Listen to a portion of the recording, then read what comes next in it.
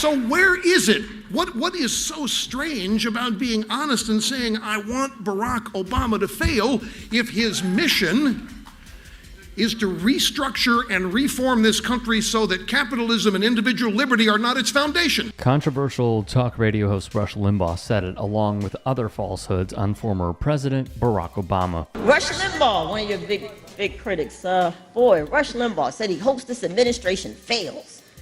So you said, I hope America fails. You're like, I don't care about people losing their homes or jobs or our soldiers in Iraq. He just wants the country to fail. To me, that's treason. He's not saying anything differently than what Osama bin Laden is saying. You might want to look into this, sir, because I think maybe Rush Limbaugh was the 20th hijacker, but he was just so strung out on Oxycontin he missed his flight.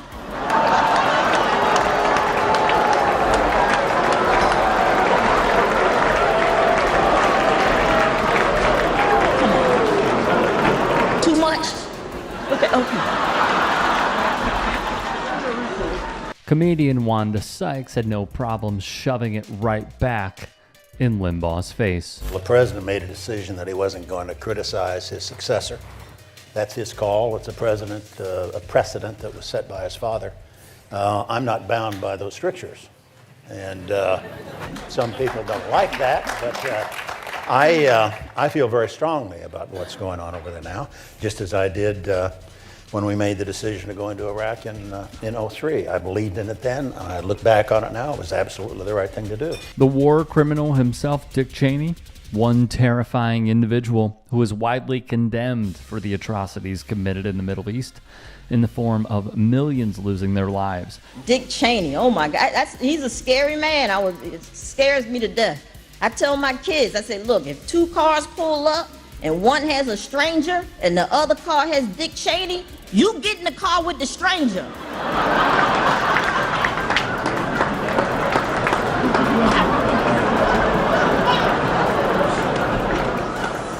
Dick Cheney is trying to defend torture. He's trying to defend torture. He goes, yeah, well, they should release the memos to show all that good information we got from our practices. You can't defend torture. That's like me robbing a bank and then going in front of the judge and saying, yes, Your Honor, I robbed the bank, but look at all these bills I paid.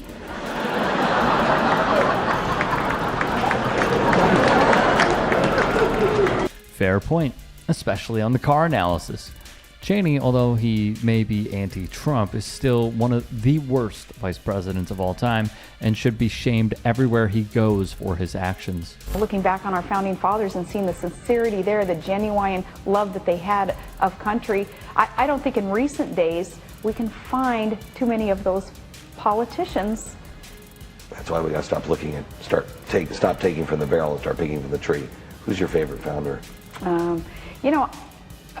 Well, all of them, because they came collectively together with so much diverse, so much diverse opinion and so much diversity in terms of belief, but collectively they came together to form this union. No, and they were led by, of course, George Washington. So he's got to rise to the top. Washington was the consummate statesman. Hard to believe she was the VP to John McCain in taking on Barack Obama. Just incredibly hard to envision what she would do.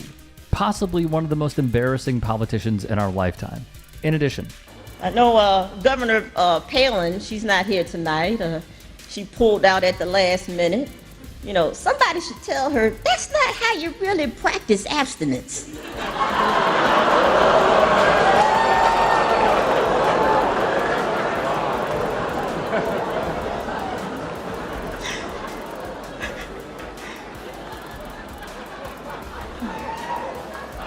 Oh, shut up. You're going to be telling that one tomorrow. Shut up. Sykes clowns Palin, rightfully, for her cheerleading of abortion and women's rights as she sees them protecting human life, while also being a staunch advocate for the NRA and loosening gun laws in this country, where we fear sending our kids to school or praying or just being in public in American life. Loudmouth liberals have never been afraid to besmirch the reputation of principled leaders inside the Bush administration. We waterboarded 3 people. 3. Right. And you know what? I would have done it myself. But you're for torture, right? I am for enhanced interrogations. I don't believe waterboarding is torture. But you don't believe it's torture. Have you ever been waterboarded? No, but Ollie North has, and I talked to him about it. And would you consent to be waterboarded so we could get the truth out of you? Yeah, sure. We can waterboard you? Sure. Or are you busy on Sunday? I'll do it for charity. I'll let you do it. Hannity, who said this years back, shows how much of a man he is to willingly get waterboarded, though he'd never fulfill his promise, because of course he didn't. He's just another loudmouth buffoon on cable news, Murdoch News to be exact, that talks a big game but never goes through with his own words. Sean Hannity said he was going to get waterboarded for charity, for armed forces. He hasn't done it yet, I see. Talking about he can take a waterboard. Please, you might want to get waterboarded by someone you know or trust, but, let somebody from Pakistan waterboard. Keith Olbermann, let Keith Olbermann waterboard him. He can't take a waterboard. I can break Sean Hannity just by giving him a middle seat in coach.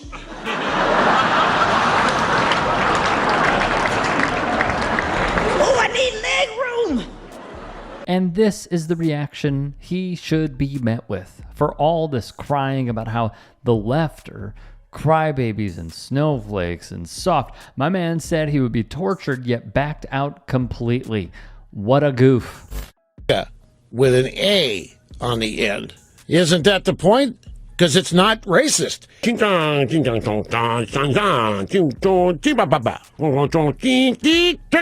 How many of you guys, in your own experience with women, have learned that no means yes if you know how to spot it? Meanwhile, Al Sharpton goes out the front door. Yes, I spoke a little Negro dialect there. I can do that when I want to. This guy was one of the worst, wasn't he? Just a true stain on American media, yet simultaneously a pioneer for the likes of Charlie Kirk, Jack Posobiec, and other goons on the right. Rush Limbaugh, I hope the country fails. I hope his kidneys fail. How about that?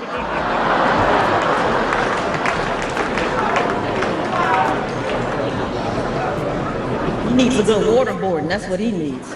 All right, maybe that one went a little too far. We're playing pig, right? All right, I'm behind you. Don't you behind me? Do anything crazy. That wasn't planned. I got that. It's the White House rim. Do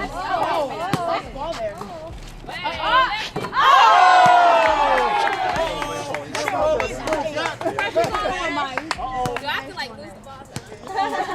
You don't have to. Don't throw the game. Got Pete.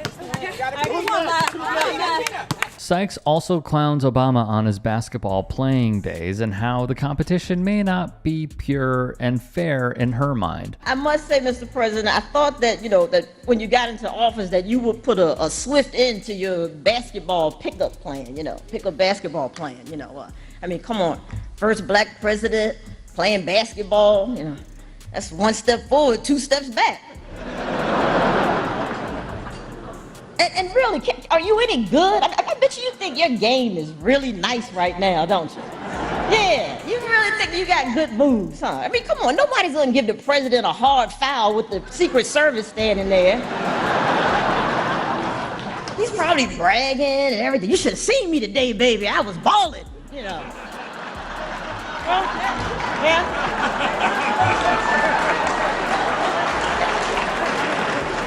They just stroking your ego, like, oh, Mr. President, you really shook me that time, I thought you were going this way, and then I saw Secret Service do this, so I went that way, and right to the hole, sir, right to the hole. Another fair point. Who's going to take on Obama and give 110%? Who's going to give their best Tony Allen impressions defensively? Let's get real here. It's the President of the United States, not a staffer or even an intern. The most Marie Antoinette I have ever seen of anything with Michelle Obama. Did you see the dress she was wearing while she went down and toured the oil spill? Did you see it? I did not. This is good stuff. She looks like, who pulls this dress out of the closet and says, you know what, I think I'm going to go tour the oil. You don't think she was appropriately dressed for the oil spill? I think this is an outrage. This is like... It's an outrage. Oh, it's Her dress was an outrage. It's an outrage. Look at the dress. That's just not a first lady. I don't care what color she is. It's just... just doesn't act and look like a first lady. I mean, she's more about showing her arms off than, you know. I think that's very inappropriate for a lot of functions that she goes to. Lest we forget, conservatives love policing women, not just their ovaries, but their appearance as well. The first lady, beautiful as always, looked very nice, and how dare you people give her grief about bearing her arms? The country is broke, all right? Sleeves cost money. And you have lovely arms, so I'm glad you're showing off your arms. That's right. That's why also you let, some of these little floozies out here know. Yeah, you can try some funny business if you want to, but you're gonna get one of these babies around your neck. And you have beautiful arms, like some of the previous first ladies. Yeah, they needed sleeves. I mean, some of them needed ponchos. Good grief. I didn't name any names. Oh, and God forbid if Joe Biden falls in the hands of terrorists. God forbid if there's ever a hostage situation. We're done. Oh, they won't even have to torture him. All they have to do is go, "How's it going, Joe?"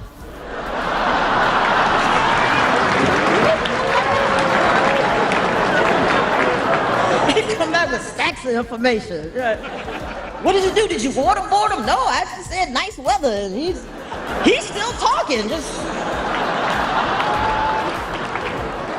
Feels eerily similar to what we're experiencing right now, to be quite frank. Hey everyone, if there are any stories that you want to bring to our attention, whether it is the local level, collegiate level, professional level, national level, that you think would be worthy of a story and us covering, there are so many hours in a day and only so much we see.